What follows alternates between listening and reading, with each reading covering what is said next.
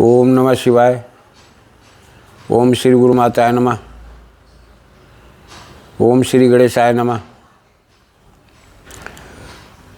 प्यारे बंधुजन, जो भी मेरे तंत्र मंत्र से संबंध रखते हैं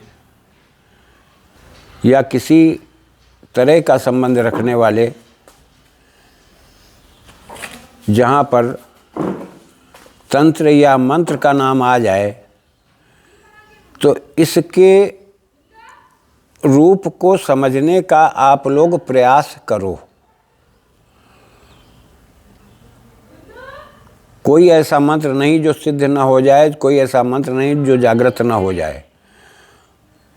बशर्ते क्या है, तुम्हें एक चीज़ का ज्ञान होना चाहिए कि हमारे जो प्रिंटेड ग्रंथ हैं, जो प्रेस के द्वारा प्रिंटेड हैं, उनमें खिलवाड़ हुआ है। कहीं के आगे पीछे अक्षर हटा दिए गए, कहीं कहीं अक्षर ही लुप्त कर दिए गए, कहीं अर्थ का अनर्थ के अक्षर के जोड़ा गया, इसलिए मंत्र सब निरर्थक हो गए। मंत्र की व्याख्या ऐसे नहीं होती है जब उसका मूल सिद्धांत से मौलिक जो भाव हैं, मंत्र के अधिकार हैं, जब आप उनसे हट जाओगे तो रट्टा मारते रह जाओगे, कुछ नहीं मिलेगा।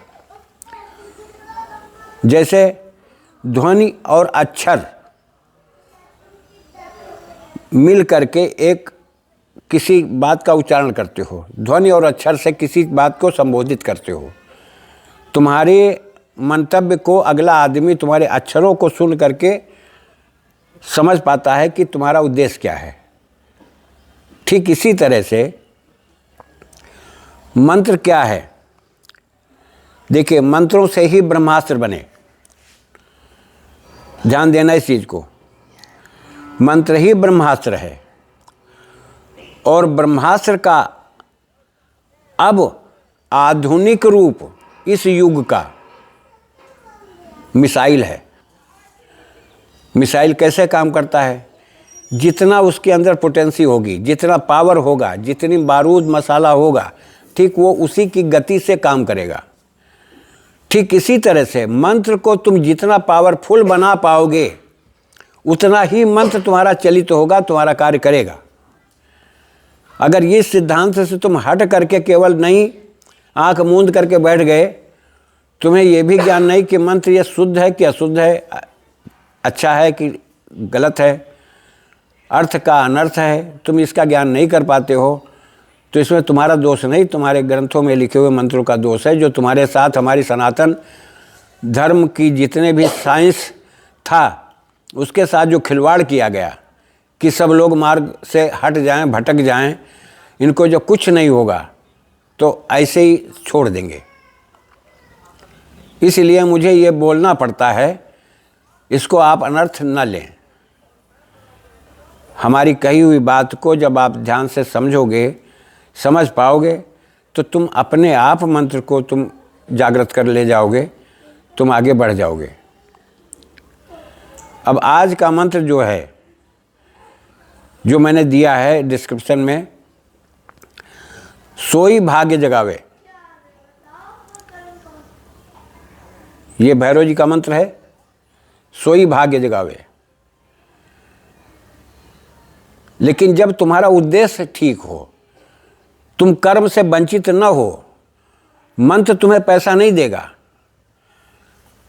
मंत्र एक ऐसा है जो प्रकृति से जोड़ता है और प्रकृति को अपने पॉजिटिव में लाओ मंत्र के द्वारा। लेकिन कर्म से वंचित मत हो जाओ, कर्म को करो।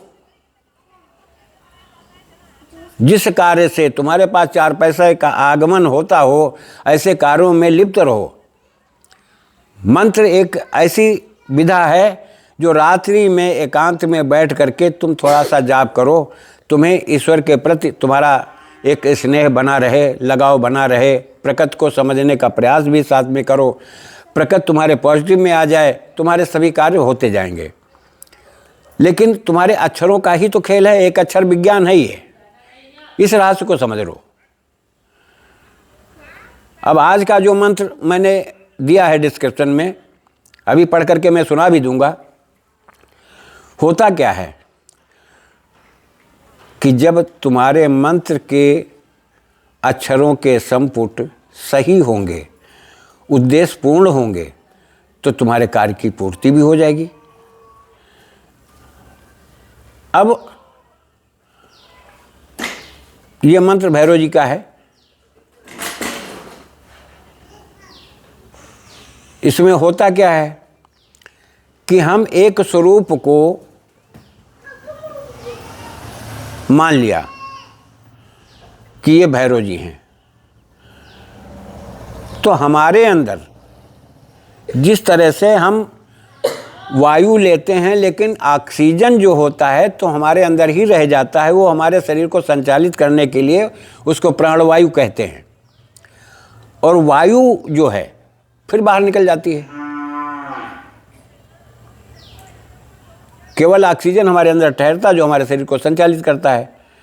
ठीक इसी तरह से मंत्र का जब आप जाप करते हो तो मंत्र के जो तत्व हैं, शक्ति है, तो शक्ति क्या है? भैरव जी हैं, काली जी हैं इस मंत्र में। अब भैरव और शक्ति, देखिए, एक ऑक्सीजन हुआ और एक शरीर हुआ। एक ऑक्सीजन है, एक शरीर है, ये सिद्धांत है इसका, किसी भी मंत्र का। जब बार बार स्मरण करोगे, बार बार स्मरण करोगे, श्वास प्रश्वास खींचोगे, तो उन्हीं मंत्रों की गति, धारा प्रवाह तरंगित होते होते होते होते तुम्हारे लक्ष्य को अपने आप खोज लेगी। तुम्हारे कहे गए शब्द जो हैं जब वायु में विलीन हो जाते हैं तो ये तुम्हारे टारगेट को तलाश लेंगे।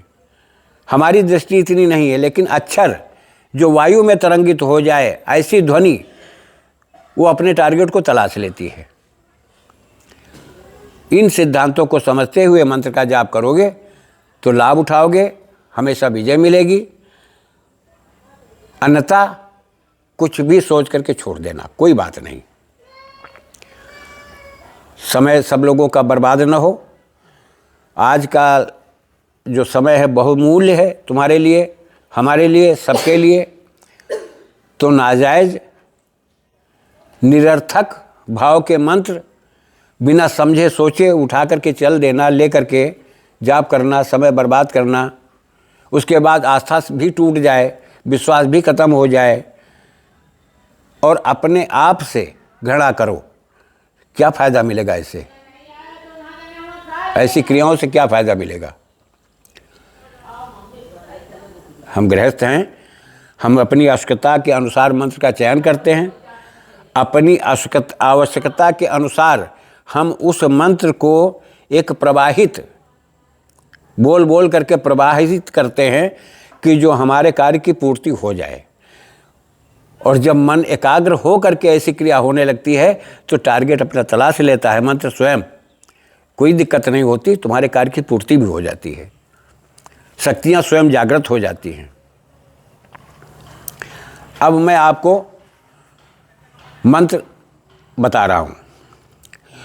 ओम नमो सिद्ध भैरव, हाथ लिए नर कपाल, सिद्ध मुगदर सिद्ध कराल, भक्त की पुकार सुनि धावे, सोई भाग्य जगावे, मेरा कार सत्य कर लावे, तब माँ काली का पूत कहावे, शब्द साचा पिंड काचा, भैरव की शक्ति काली की वाचा।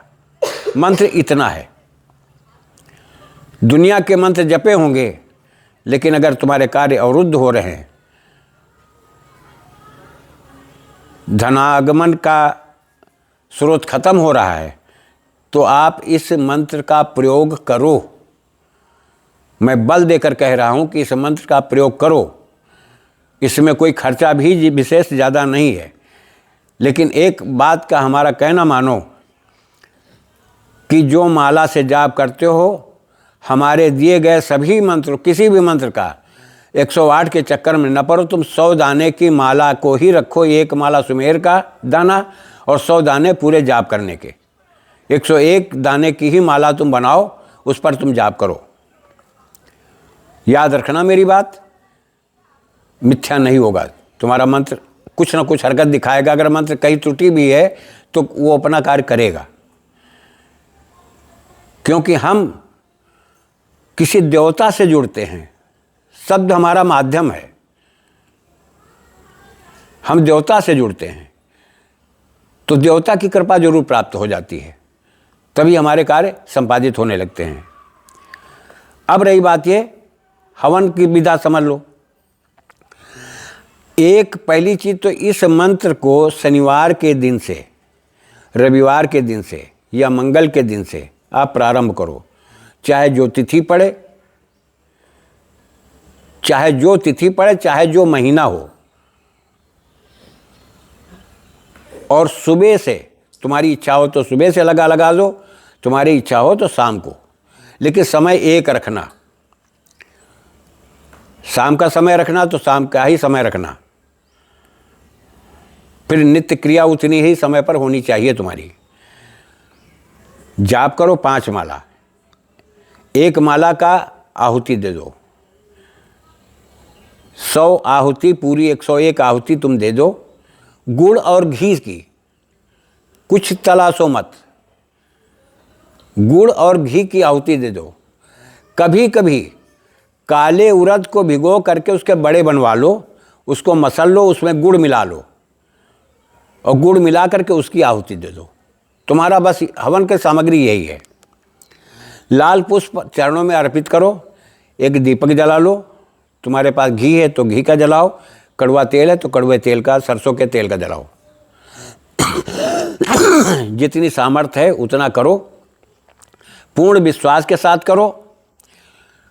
तुम नेत्र अगर कंठाग्र कर लिया तुमने मंत्र, अगर नेत्र बंद करके भी करोगे तभी तुमको कुछ ऐसा तुम्हारे दृष्टि में आना शुरू हो जाएगा कि भाई देखो, छोड़ करके भागने का चेष्टा मत करना। देवता है, कृपा करता है।